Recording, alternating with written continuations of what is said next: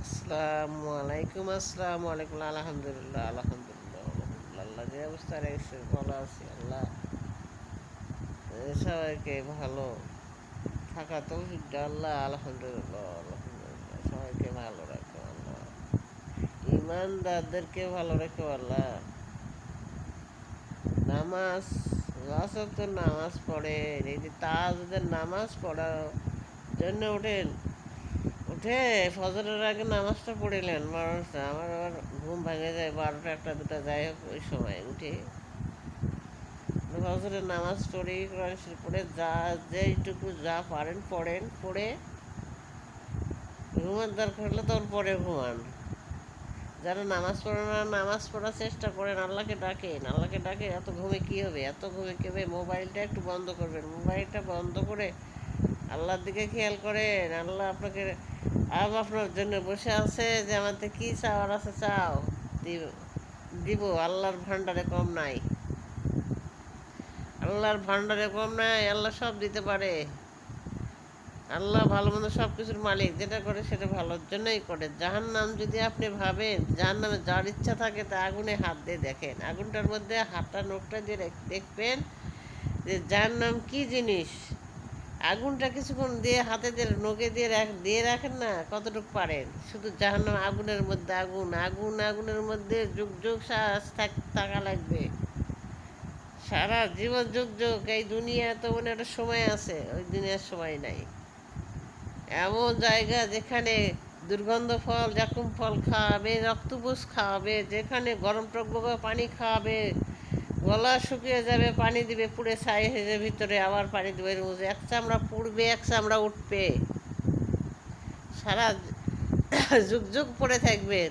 আর ওই যে জাহান্নাম, জান্নাতিরা কিন্তু ওই জানলাতে দেখবে যে নিজের লোকদেরকেও চেনা যাবে, মানুষ চেনা যাবে ওখান থেকে। জান্নাতের জান্নাতের মধ্যে জানলা থাকবে জাহান্নামীদের দেখার জন্য, সেই জানলাতে দেখা যাবে। এটা তো আমার কথা না, এটা কোরআনের কথা। কোরআনটা মানে অত সহজ করে পড়েন, দেখবেন কি আছে কোরআনে কি বলছে।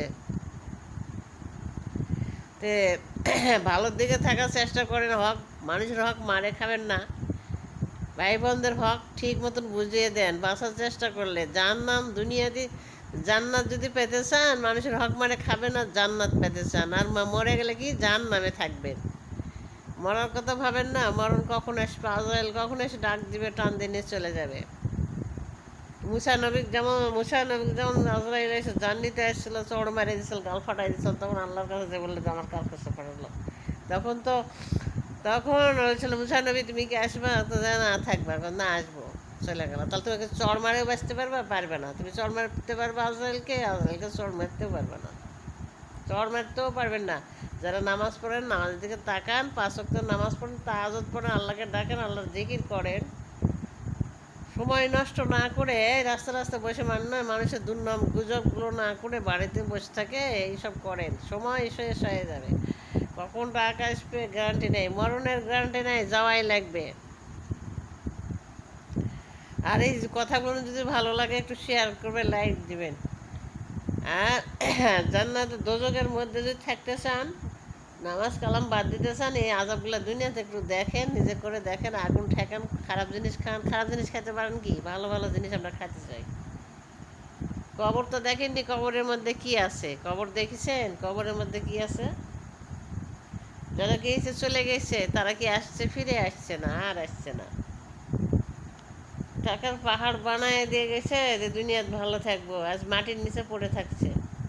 তারা কোনোদিন আসতে পারবেও না, আসেনি, আসতেও পারবে না।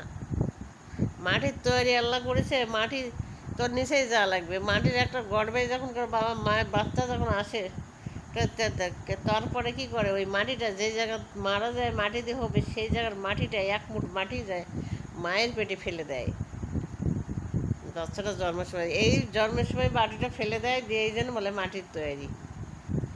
মাটির তৈরি বাচ্চারা, মাটির তৈরি বাচ্চা, মানুষ মাটির তৈরি। ওই যে মাটির সাথে মিশে যাবে, আবার যেদিন ডাক দিবে চলে আসবে।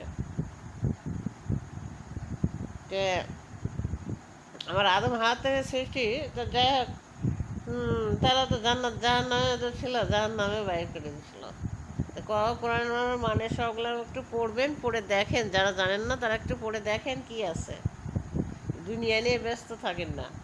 যে সময়টাই পাবেন আল্লাহ ডাকেন, আল্লাহ ডাকেন, আল্লাহ ডাকেন। নামাজ পড়াই লাগবে, নামাজের মাপ নাই। সময় নষ্ট না করে সময় কাজে লাগান। তারপর আস্তাগুলো দরুদ শরীফ, তারপর এটা আরো শুরু করেন যেটুকু পরে শুরু করেন। নামাজ না জানলে শিখেন, যারা জানেন তাদেরকে আছে যাই শিখেন। নামাজ কোরআন না জানলে তাদের কাছে শিখেন, শিখার বয়স লাগে না।